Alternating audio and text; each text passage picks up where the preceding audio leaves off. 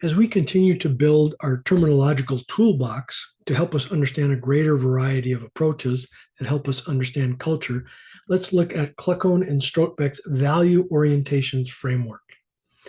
As we continue to explore ways of approaching culture, Kluckhohn and Strodtbeck stand out in our dyadic continuum approaches already presented by not being dyadic.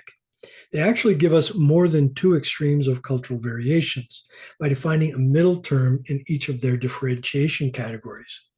They also divide these continua with their defined middles along the lines of a variety of common approaches that groups take to solving existential problems. For example, what is the person or group's relationship to nature?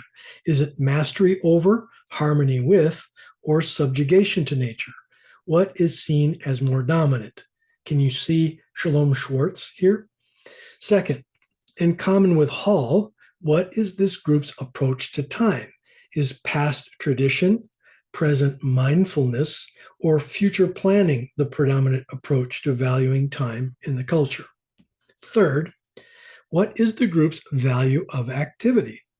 Does the group value being, a sensory in the now approach, to a blend of doing orientation, which is action, and a doing orientation, full action?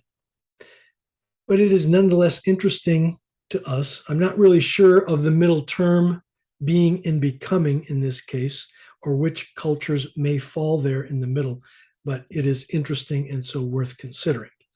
Rounding out the 5 value orientations are the relational and the orientation to human nature ones.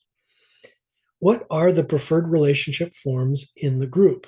The lineal or historical ancestral, the individual, or the collectivist, also known as collateral relations.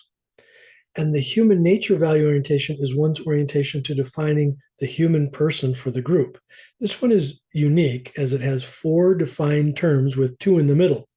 Human nature as evil, neutral, a mix of good and evil, or human nature as inherently good.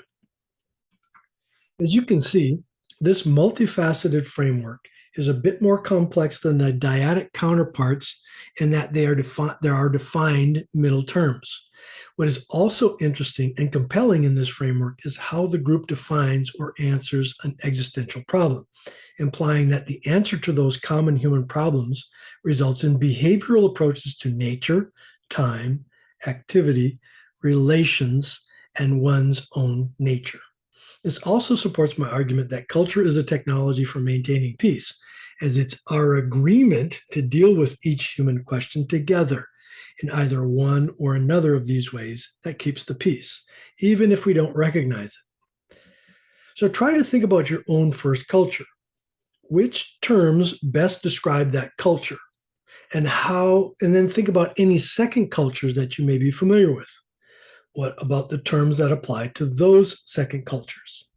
At this point, you can see some patterns of approaching culture and difference emerging, and some common language can be advanced. First, we see that time is important to people, whether monochronic or polychronic, or as these 2 anthropologists describe in their framework. Also, just like Schwartz, we see a relationship with nature, harmony or dominance. In other frameworks that we will look at later, you'll see the activity and relational categories presented in different ways. And the individualist versus collectivist dialogue, which is already familiar, as is the lineal one, which we see in Schwartz as embeddedness. So some themes are emerging. You can sense how the field of intercultural competence is advancing from Hall's 1950s approach to Kluckhohn and Strodtbeck here, 1960s. And we've already looked at Schwartz, who did his work in the 2000 and 2000 teens.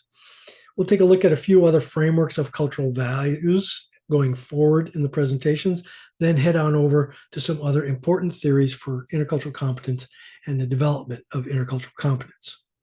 While I use these videos as presentations for the courses I teach on intercultural competence, they are also freely available for anyone to watch.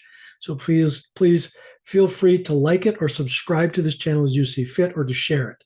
Your feedback is very valuable to me to make sure that things are clear to you and to everyone else who follows you. And may you find the peace that you are looking for.